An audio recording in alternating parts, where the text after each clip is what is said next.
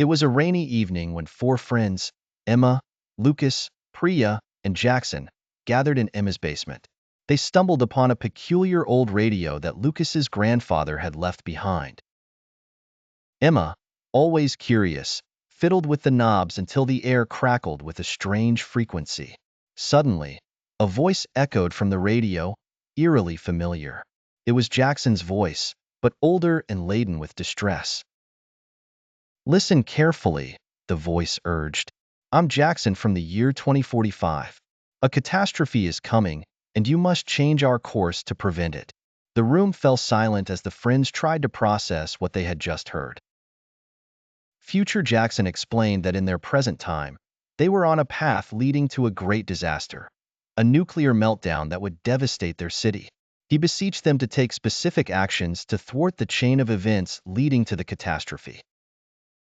The friends were skeptical but decided they had nothing to lose by trying. The first task was to convince the city council to shut down the old nuclear reactor that was prone to failure. They gathered evidence, testimonies, and even staged a protest. It took weeks, but their efforts began to sway public opinion. Meanwhile, Priya hacked into the government's database to find more information about the reactor and discovered alarming maintenance reports. Despite their progress, time was running out.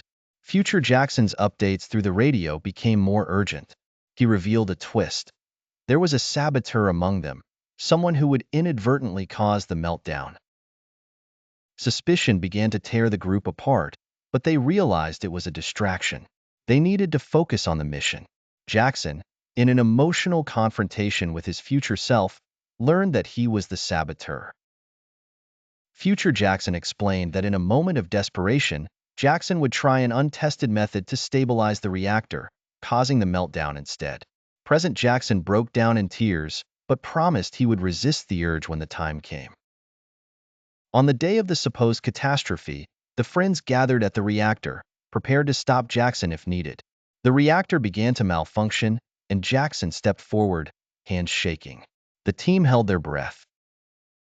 Remembering the promise to himself, Jackson stepped back. Using the knowledge from Priya's research, they worked together to safely shut down the reactor. The radio buzzed one last time with Future Jackson's relieved voice. "You did it. The future is safe." The friends shared a triumphant hug, knowing they had not only saved their city but also strengthened their bond forever.